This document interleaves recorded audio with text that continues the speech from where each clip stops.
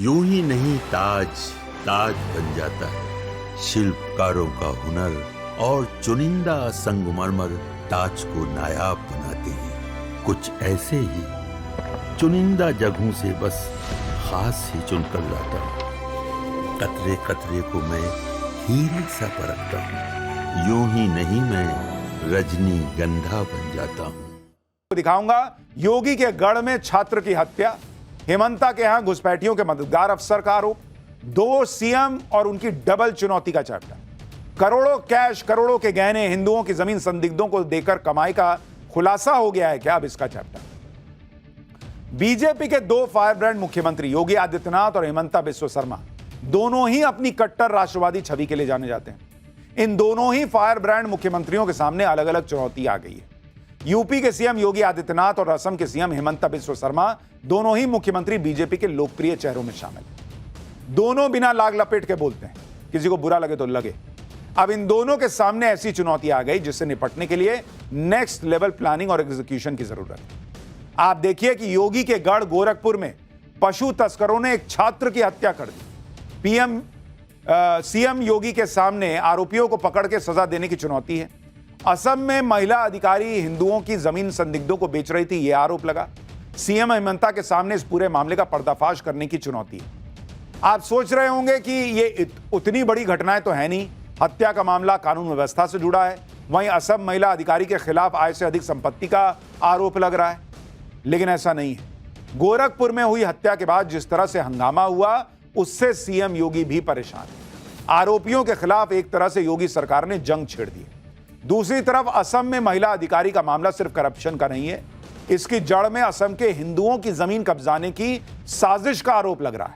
इन दोनों ही खबरों के बारे में डिटेल में बताऊंगा, लेकिन पहले एक झलक देखिए।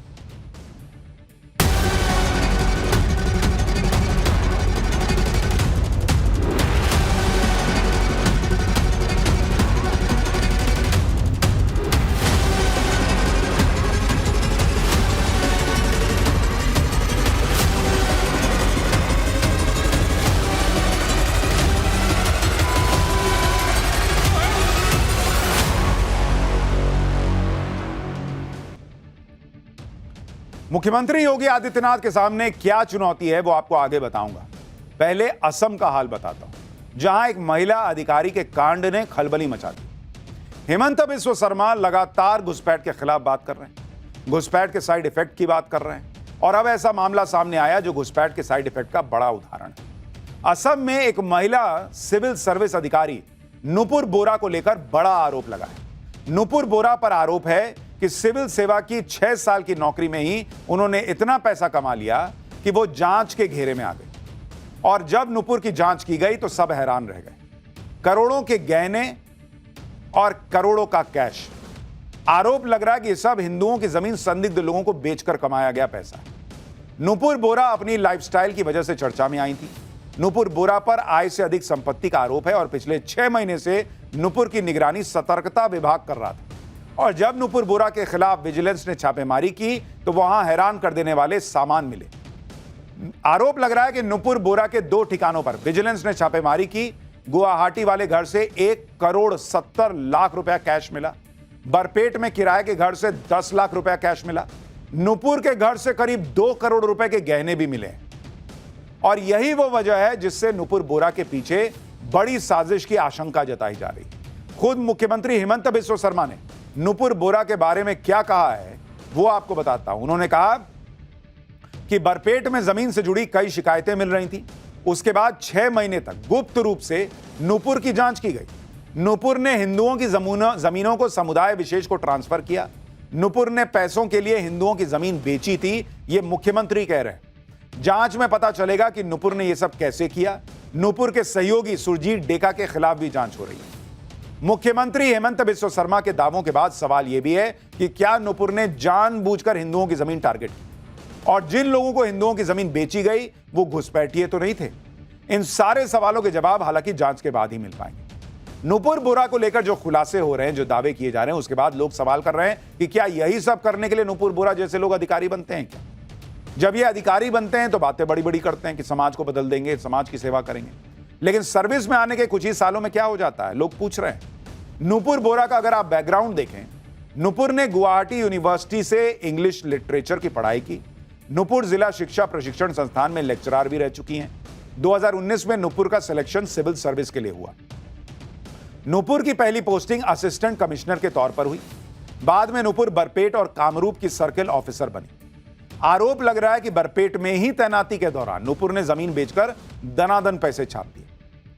एक तरफ नुपुर बोरा जैसे अधिकारियों को लेकर सीएम हेमंत बिस्वा शर्मा के सामने चुनौती है, दूसरी तरफ यूपी के सीएम योगी आदित्यनाथ के सामने आई नई चुनौती के बारे में भी आपको बताता हूं। गोरखपुर में नीट की तैयारी कर रहे एक छात्र दीपक की हत्या के बाद हंगामा मच गया। दीपक की हत्या पशु तस्करों ने की थी।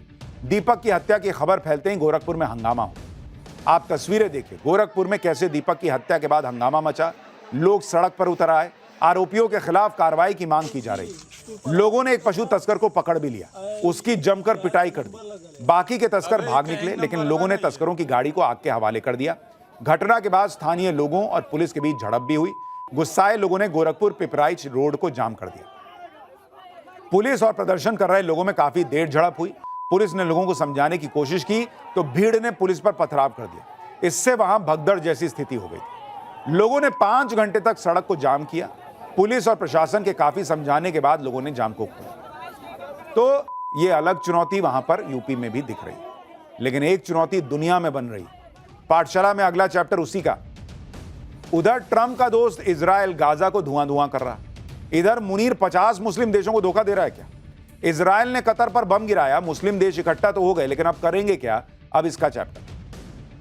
भाई, इजराइल ने 9 सितंबर को कतर के दोहा में हमास के ठिकानों पर बड़ा मिसाइल अटैक कर दिया था, जिसके बाद तमाम अरब और मुस्लिम देशों में हड़कंप मच गया है।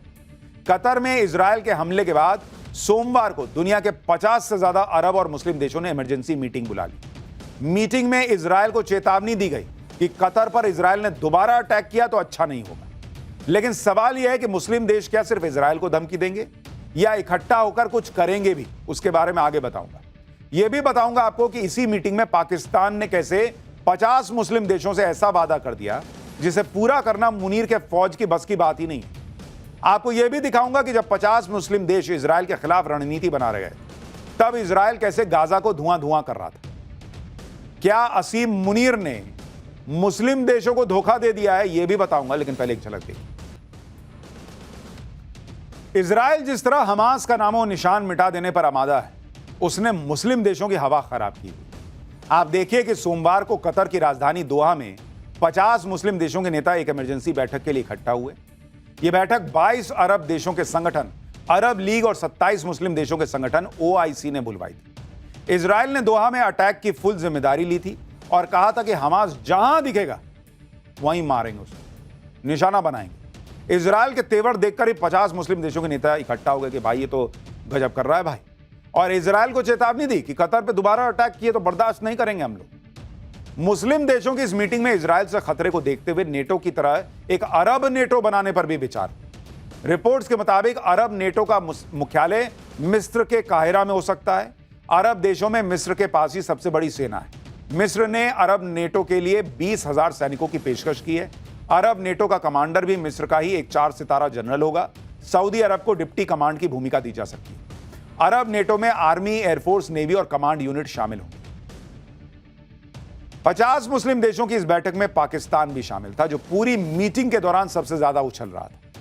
पाकिस्तान के विदेश मंत्री इशाक डार ने इजराइल के खिलाफ मुस्लिम देशों को कई आइडियाज बेच भी दिए। इशाक डार ने प्रस्ताव रखा कि इजराइल की एक्टिविटीज पर नजर रखने के लिए एक इस्लामिक टास्क फोर्स बनना चाहिए। डार का दावा है कि यह पाकिस्तान का आइडिया है कि नेटो की तरह ज्वाइंट डिफेंस फोर्स अरब नेटो भी बनाना चाहिए। इशाक डार ने यह भी कहा कि गाजा में इजराइल के खिलाफ मुस्लिम देशों की सेनाओं को मिलकर एक्शन लेना चाहिए। डार तो यहां तक कह गया भाई कि इस्लामिक देशों की रक्षा के लिए परमाणु शक्ति वाला पाकिस्तान हमेशा तैयार है। यह खुद की रक्षा नहीं कर पा रहा है। भारत ने इसको इतना मारा, यह खुद को नहीं बचा पाया। कह रहा है कि मैं इजराइल से भिड़ जाऊंगा भाई तुम लोगों के लिए। कह रहा है निगरानी करने के लिए एक यूनिट बना लेते हैं। अरे निगरानी क्या करनी है? वो मुनीर को बोलो ट्रंप से पूछ के बताए कि इजराइल कब मारने वाला है। इजराइल जब मारता है अमेरिका को बता के मारता कि देखो उसको मारने जा रहे हैं। इजराइल को अमेरिका का फुल सपोर्ट है मुनीर की हैसियत जो ट्रंप को बोले कि बॉस मैं आपसे दोस्ती नहीं कर सकता? है मुनीर की हैसियत कि बोले ट्रंप को कि मैं आपको जो है वो नोबेल पीस प्राइज के लिए नॉमिनेट नहीं कर सकता? आपके दोस्त इजराइल ने कैसे वहां बम गिरा दिया जी? पाकिस्तान मुस्लिम देशों को गोली देकर आया है कि वो इजराइल पर न्यूक्लियर अटैक कर सकता है, कर वो कुछ नहीं सकता। आप सुनिए इसको लेकर पाकिस्तान के एक्सपर्ट ही कैसे शहबाज सरकार की जमकर टांग खिंचाई कर रहे हैं। अब आप ये भी देखिए कि जिस वक्त मुस्लिम देश इजराइल को धमका रहे थे कि गाजा पर हमले बंद कर दो, उसी वक्त इजराइल ने गाजा पर जबरदस्त अटैक शुरू किया। इजराइल के प्रधानमंत्री बेंजामिन नेतन्याहू ने पिछले महीने अपनी सेना को गाजा शहर पर कब्जे का आदेश दिया था, जिस पर इजरायली सेना ने अमल करना शुरू कर दिया है। पिछले 24 घंटे से गाजा में इजराइल ने सैकड़ों मिसाइलें दाग दी हैं और अब गाजा पर इजराइल के जमीनी हमले भी शुरू हो चुके हैं, जिससे पूरा गाजा धुआं धुआं हो रखा है। गाजा में हालात ये हैं कि कब और कहां से इजराइल की मिसाइल बरस पड़े कोई नहीं जानता। आप वीडियो देखिए। मुस्लिम देशों की बैठक के बाद कल पूरी रात इजराइल ने गाजा में मिसाइलें दागी हैं बॉस, इजराइल को कोई फर्क नहीं पड़ा। आप एक और वीडियो देखिए। गाजा में तबाही के बीच खड़ी एक बिल्डिंग पर इजरायली मिसाइल आकर गिरती है, पूरी बिल्डिंग ढह गई भाई। दिखाइए जरा एक बार। एक वीडियो आपको और दिखाता हूं। इजराइल गाजा में कैसे कहर बरपा रहा है, कैसे गाजा में मिसाइलें गिर रही हैं और इमारतें ताश के पत्तों की तरह ढह जा रही हैं। उसकी एक और तस्वीर देखिए। तो यहां इजराइल रुकने का नाम नहीं ले रहा, वहां मुनीर जो है वो मुस्लिम देशों को ही बेवकूफ बना रहा है।